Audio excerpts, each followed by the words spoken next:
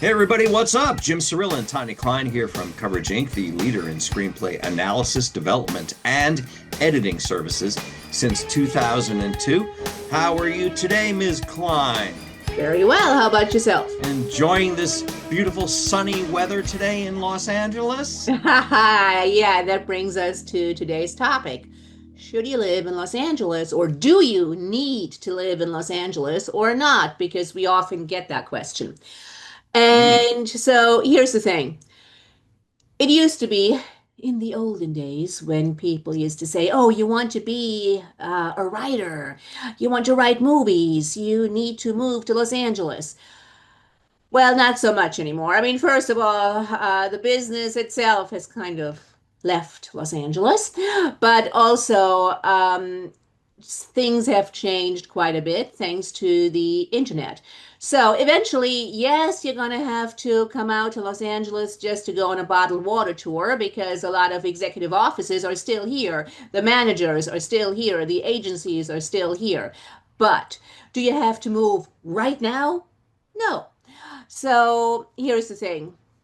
What should you do? Because planning a move to Los Angeles, I mean, there's a lot of things to consider. First of all, is now the right time? And should you move now? Well, how far are you in your craft? In other words, if you are a complete beginner and you're just learning your craft, no, there is no need for you to actually move to Los Angeles. The need for yeah, you is to learn your craft. And, like UCLA, even like courses in Los Angeles you can do via the internet, you yeah. know, do Zoom classes. So first order of business, learn your craft. Second order of business, make sure you have an arsenal of things you can deploy. In other words, have more than one polished script. We keep saying the same thing, but it's true. Bears repeating. Have more than one polished script. And so once you're ready, your craft is where it needs to be. You can start making connections. And those you can also do from other places because first your connections will be wherever you are. Right. Find your local community, start working with your local community because eventually some of those people might also make the trip west. So, okay, all of that is very true. Here's the thing that I think most people kind of need to keep in mind.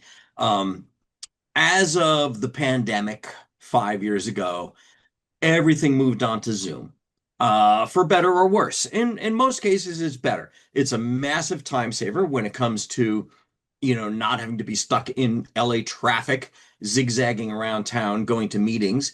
Thank God for that. Oftentimes when we have meetings, even with people here in Los Angeles, and we're in Los Angeles, it'll be a Zoom.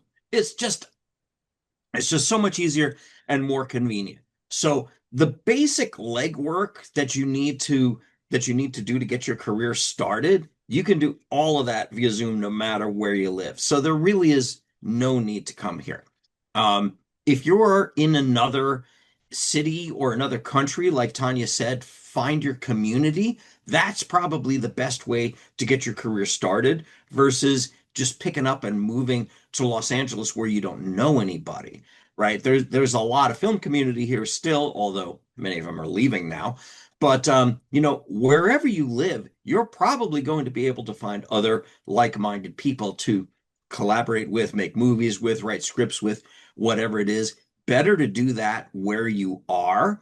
And no matter where it is, whether you're in, Topeka or Oshkosh or, Stockholm, you will find other people who share those interests. And better to get something scrappy and small done at that level, and maybe enter a few festivals and get some awards, and get some cred behind your name than just like roll the dice and I'm moving to Beverly, Yeah, yeah. And like I also did. don't forget that a lot of other states have fantastic incentives that's why you have film productions leaving Los Angeles as quickly as they Right. can because other states have great incentives. You have 25, 30% incentives for film productions all Right. over the place, not in Los Angeles.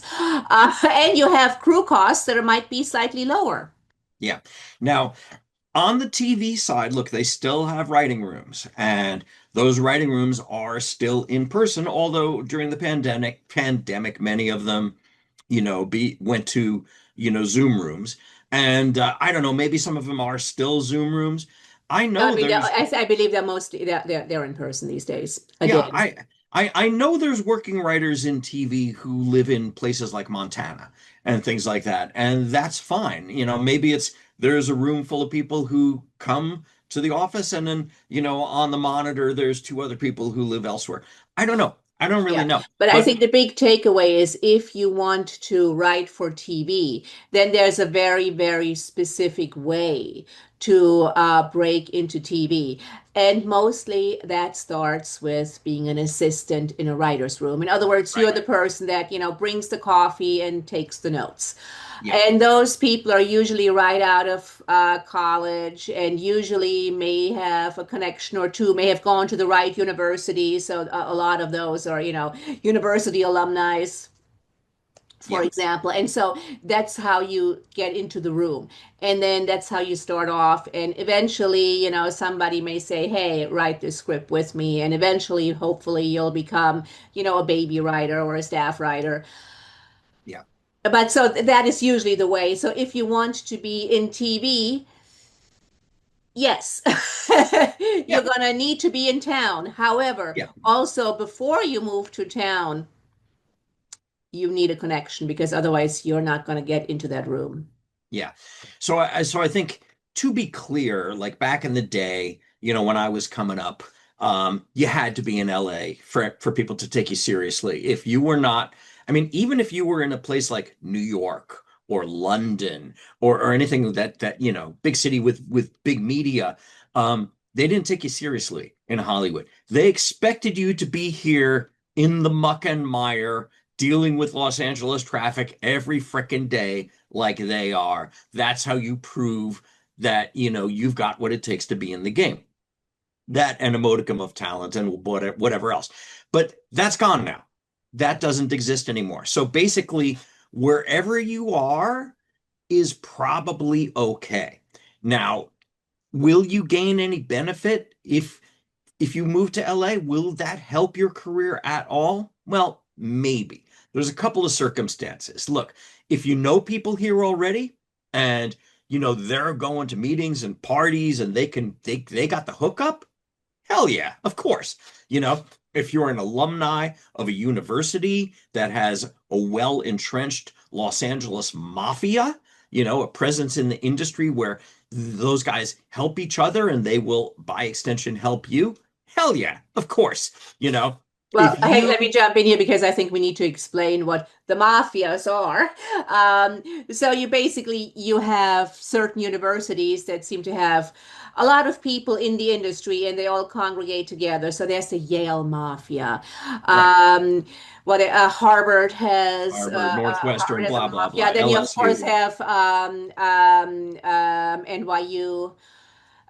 So those types of deals that have there. I think Northwestern has a smaller mafia here. But Yeah. so in other words, university alumni that tend to help each other out. It's like, oh, I went to this place. Okay, come on in. Yeah, yeah, exactly. And I think the other circumstance that it would be very potentially very beneficial for you to come to Los Angeles is if you are planning to attend USC or UCLA. Um, those schools, first of all, you will meet people who, share your passion, and they will help you. They will become your team. They will become people who staff your short film. They will become possible writing partners. Your professors will become advisors and help you develop your screenplay. You will possibly form a writing group from going there, and possibly more importantly than any of that stuff is, depending on what classes and what programs you elect to take at those schools, they may place you in an industry internship. Now, oftentimes those are for people who want to be in the business proper, in development. They want to be a producer, they want to be an agent, a manager, whatever, but not necessarily. It could simply be the savvy writer who is looking to make as many connections as possible, who gets an internship working for X production company, because guess what? You're going to meet a lot of people. Guess what? You're going to learn a lot about your craft. Guess what? You're going to read a lot of scripts, and you're going to see what works and what doesn't and how these people think. And all of that helps, but nothing helps more than when they offer you a job after your internship is over, which does happen sometimes, not all the time. You got to be the person who shows up first in the morning, leaves last at night, and is always the one there volunteering to do the crap work. Then they might want to keep you around. And that's how you kind of leapfrog over multiple Yeah. steps And let and me gain a foothold in the business. Yes, then let me quickly jump in here because it also depends on, of course, where you are in life. So what Jim Right. just said is absolutely correct. And if you're now 17 or 18 years old and you're watching this video and you're like, I really want to be in the business, what steps should I take? Hey, if you can get into USC or UCLA and do everything Mhm. Jim just said, do that. Yes, Yeah. 100% do that.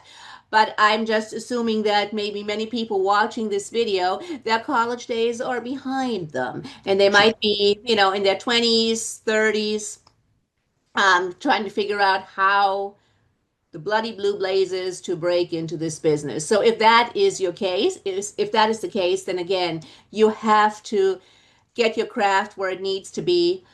And if you want to move to Los Angeles, then you have to strategize because you cannot forget that Los Angeles is a very expensive place to Right. live in.